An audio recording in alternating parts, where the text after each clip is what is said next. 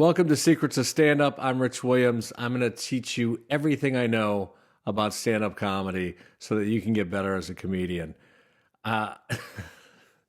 This is so bizarre to me. I'm going to play you a 30-second clip from the comedian April Macy, and you just have to I'll explain afterwards. Men don't give a shit. Men aren't ashamed.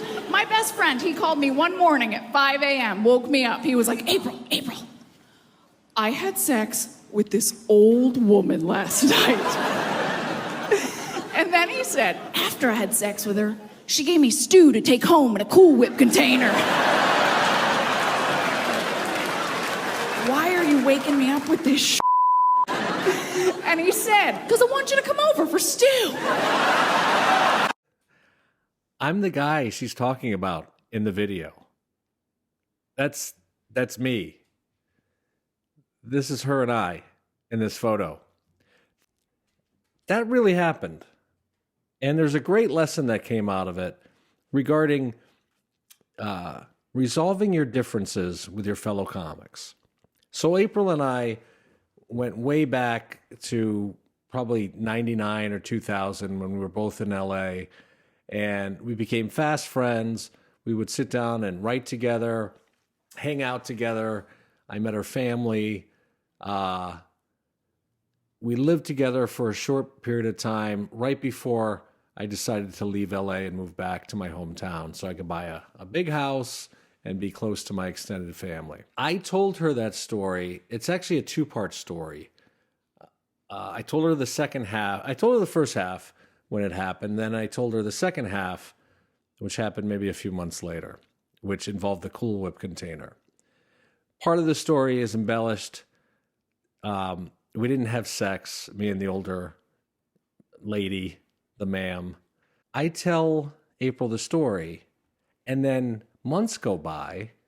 I'm talking to April again, and we didn't always see each other doing stand-up. We would hang out in the clubs and also hang out outside of the clubs. We were friends, and just friends. There was nothing more going on between us. And she says to me one day, hey, I've been talking about the Cool Whip container on stage, and it kills. And I'm like, April, what are you talking about? She goes, that story. I said, I know that part of what you're talking about. What do you mean you've been talking about it on stage? She goes, well, it was funny. I go, April, I'm a comic. I do a whole bit about that experience in my own act. That's my real life experience. Of course, I'm going to talk about my own life, and I was really pissed off at the time. Here's how we worked it out. April stepped up and did the honorable thing. She said, I only use one little part of the story, and I'd like to buy it from you.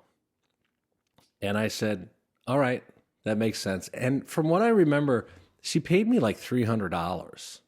She was very generous about it. I still had the rights to the whole story, but she was able to do that joke. And then she did it in a special. It could have been a bridge burning incident. I'm glad that it wasn't, because like I said, she did the honorable thing. She could have just said, well, I've already done it, and but she didn't. Always try to work things out with your fellow comics, because she didn't steal it from me. She didn't look at it as stealing, and I don't think that she was stealing from me. It's just something that I said was so funny that she wanted to put her own spin on it. And we had to talk about, hey, when I'm sharing some stories with you, realize that I'm also a comic and that I'm going to possibly be talking about it on stage. A lot of times there's no ill intent. Things get confusing. People have lapses in memory. They forget where they hear stuff, or they don't know that it's like something you're going to use on stage. She should have asked me beforehand. That's the one thing I'll say. You kind of have to realize that if something crazy in my life happens, I'm probably going to talk about it. I wasn't doing as much stand-up at the time because I was writing for shows, but we worked it all out. Here's the story behind it. And I'm not going to go into too many details, but back when I was drinking, I used to hang out at the Improv bar all the time. And there was this woman one night, and she was this really sexy older woman. This woman was so interesting. First of all, she had a wool like skirt suit that was red with black piping and big brass buttons. It was like a Nancy Pelosi suit. It was it was so weird. And she had this jet black hair. She looked like Joan Collins. And we were both drunk. We went back to her condo that overlooked the Hollywood sign. And again, I don't want to, I'm trying to keep this channel clean. We didn't have sex, like April says in the video. What happened was we were doing the Bill Clinton Lewinsky style of sex. And this is the funnier part of the story to me.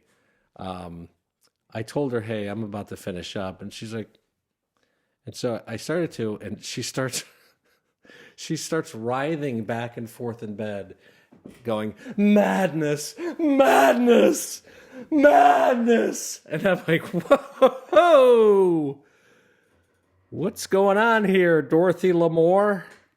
I don't. So yeah, and then we got together another time, and I had been feeling sick.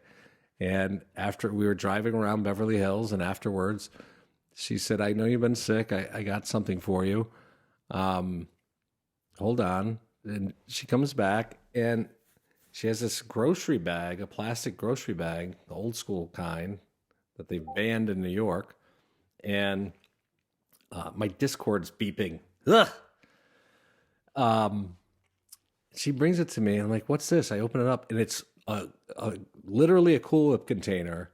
And you could tell it had been washed a number of times because the label was all like rubbed away. And I open it up, and it wasn't just stew.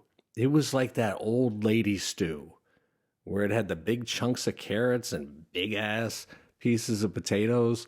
And I'm like, I can't do this again. This is someone's Nana. This is wrong.